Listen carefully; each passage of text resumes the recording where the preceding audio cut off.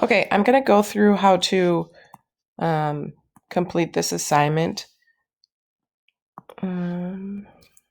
for you. So let me just type in some stuff. So if you notice in the instructions up at the top here, here's my pen here. This will help. There's some pieces where you're going to be watching a series of 7 different videos, which are chemical reactions. So you're going to be given information in the intro about what the reactants are, and if there's anything additional in there to kind of help make the reaction go. So you will be giving your observations about what you see happening. Just do your very best. I tend to lean towards the physical pieces, like what colors are you seeing? Are they liquids? Are they solids? Do you see, fire, smoke, bubbling, that sort of thing? And then based off of that, you should be able to identify, is it exothermic or endothermic in the reaction, and what type of reaction it is. If you know the reactants, you should be able to predict the products. And then again, that's labeled down here. There's another piece that you're going to be asked about called activation energy. Which is right here. And activation energy is the amount of energy needed to start a reaction. And sometimes it's very minimal, which would be called a spontaneous reaction. And then sometimes you have to heat these chemicals under a big Bunsen burner for 30 seconds or 2 minutes. And that would mean that it needs lots of activation energy. So, yeah, I'll do this first one. This is what I was kind of doing with the class. To hopefully help make sense of some things. So again, I'm going to write on my screen here the difference between endothermic and it's a little leggy, so this is weird to write. The difference between endothermic and exothermic. So the prefixes are what I'm looking at. Endo means inside. So endothermic reactions are going to absorb energy. And that means energy is going to be a reactant. It's needed to start the reaction. So more energy in than energy out. When I write that type of equation out, decomposition reactions are really good examples of endothermic reactions because they need energy. I'm just going to label it with like this. All right, energy. They need energy to break those bonds and allow the reaction to break down into their components. So decomp would be a good example of endothermic. And then exothermic, that little prefix exo is like exit. So energy is going to be released.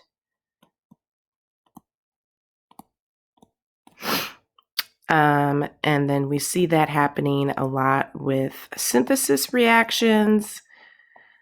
We see them with single displacement, and we see them with combustion. So this would be an example of synthesis. So I'm going to write those in here. Synthesis, single replacement, and combustion. Because combustions are the ones that go boom, right? Okay, sorry. Just wanted to make sure you had that background. I know it was in our notes, but sometimes we just, need a little clarification on that. So let's go with this. Here's my intro to my video. The middle beaker, and I'm just going to play this a little bit so we can see. There we go. So here are our 3 beakers. The middle one contains indicator that changes color during reactions. It's not a reactant or a product. So that's just going to let us see that a reaction is happening. So that's the one in the middle. And the 2 on the outside, the first one is sodium hydroxide. So I'm going to write out its names. Sodium hydroxide. And then we're going to add hydrochloric acid to it, which was the right beaker. Both of these are clear liquids. So when I'm writing my observations in for the reactants, I would start by saying the reactants are both two clear liquids, and there's an indicator that kind of has an orange color to it, right? So we can kind of see that there. Okay, so that's the observations of my reactions. Two clear liquids and an indicator that's orange. Oops, got to switch to my arrow. We'll watch it here. Then I might say when sodium hydroxide is added, it turns a dark blue. And when hydrochloric acid is added, it turns a bright red or orange color. Okay. And so that would be the description that I'm putting in there as best as I can. All right. As I continue on, I'm trying to decide, is this endothermic or exothermic? And so some key components for this one, if I know it's exothermic, I know energy is being released. So I would see some sort of smoke, some sort of bubbling, or some sort of fire going on. And I definitely did not see any of that going on. Exothermic reactions leave increased temperature in the end. Endothermic reactions actually decrease temperature. And we didn't see anything indicating a temperature change, so I'm going to say that it's endothermic that I just saw there. And that's kind of just mostly predictive. You aren't docked points if you get that wrong, but you will see the correct answer. How much energy did this reaction need to get started? All you were doing was pouring liquids into a glass and seeing how they change colors, right? So just by dumping liquids into a glass, there's not much energy needed. So I would call that low activation energy or spontaneous, right? Once those liquids came in contact with each other, the reaction occurred, right? And then the last thing is, how do I know what type of reaction this is over here? That's why I wrote out the names up top. Okay, so I'm going to just go back to it.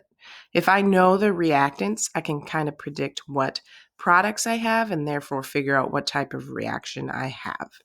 So I've got two compounds here. I've got sodium hydroxide and hydrochloric acid. So that should already kind of make me think if I have two pairs, I might already know what I have. But let me circle what's going to happen, right? They're going to swap their partners. And so when I combine OH plus H, that's H2O, right? And then this Na and Cl are going to combine. So that's my final reaction. So you can kind of predict what you're going to see at the end. At any rate, I have one compound here. I have one compound here. They swapped partners, and then I have two new compounds at the end. That would be a double replacement, double displacement reaction. So I'm going to go over here and click double displacement and then move on. Did I hit everything? Oh, that's because I didn't have anything on here. So I'll just say it doesn't like me.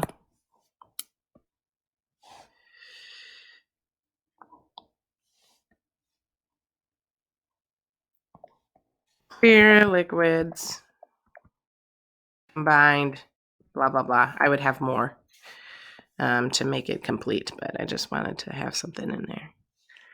All right, this next one, I'll give you another hint, is saying that this beaker is going to contain hydrogen peroxide, H2O2, and it's going to add a powder to it called a catalyst, but that's not something in the reaction. So we're just starting with H2O2, and then we're going to see something happening at the end. So let's watch it. My description, H2O2 is a clear liquid. They add the catalyst in, and it's a lot of bubbling, smoking, a really dark brown, dark black color. All right, we see all that bubbling happening. Okay. So that's our reaction. So those would be my descriptions. I start with a clear liquid. The catalyst that gets added causes bubbling, smoke, and a dark black solution at the end. Okay. Do I think it's endothermic or exothermic? Well, that was a lot of smoke and bubbling. And when I see smoke, I'm assuming there's a lot of heat that's associated to it. So I would say that's an exothermic one. Okay. How much energy did this need to get started? The activation energy was provided by that catalyst compound that was added. So it just needed a little bit, right? As soon as that thing was added, it went. And then what type of reaction do I think this is? Again, going to the top. I know I only have hydrogen peroxide. The catalyst wasn't included in the reaction. So if I start with something big, what I was seeing was the release of water vapor and oxygen. And so this would be an example of a reaction that looks like this. I'm not going to say what it is, but you should feel pretty confident with that. All right. That's pretty good. That should get you on your way. Let me know if you have other questions.